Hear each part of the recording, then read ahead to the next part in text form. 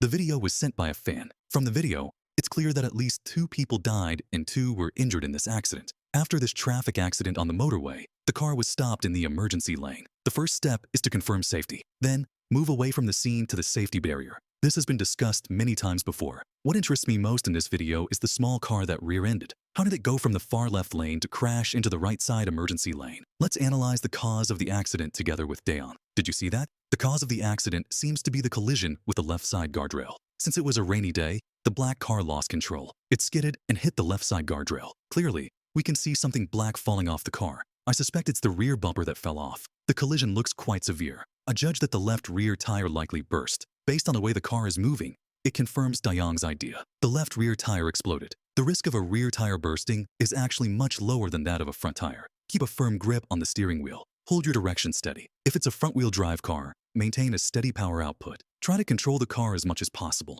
If it's a rear-wheel drive car, you've already lost traction at the back. In this case, what can you do? Gently tap the brake to slowly reduce speed. Then pull over to the side to check the vehicle. Never slam on the brakes suddenly. You can't leave it to chance. On the motorway, the most dangerous thing is a sudden change in road conditions. For example, the road might ice over or it could start raining or snowing. I'm sure you've all seen many videos of chain reaction crashes on the motorway. Sometimes, traffic accidents are bound to happen. It's not something that you can always change by yourself. When you're faced with such a situation, the 1 or 2 seconds from when you press the brake to the moment of collision decides how risky your accident will be. Remember, in this situation, try to crash into the side rather than the middle. The risk of being rear-ended is much higher than the risk of rear-ending the car in front. Defensive driving and your ability to predict road conditions and weather are your best tools for avoiding driving risks. So, what should you do when you feel the car start skidding? The first thing is to stay calm. Don't panic and don't overreact. Keep your hands on the wheel, firmly but not stiffly. Avoid making any sudden steering movements.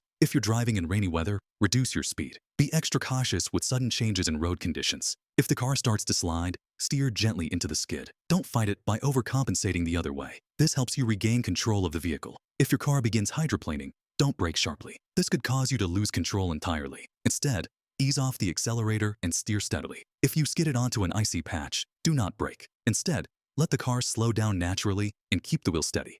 On motorways, it's important to leave plenty of space between vehicles. This gives you time to react if the conditions suddenly change. If you're driving in a storm or snow, turn on your headlights. This helps improve visibility for both you and other drivers. Finally, when driving on motorways, always be prepared for the unexpected, whether it's poor weather or other road hazards. Staying alert and defensive can make all the difference in avoiding an accident.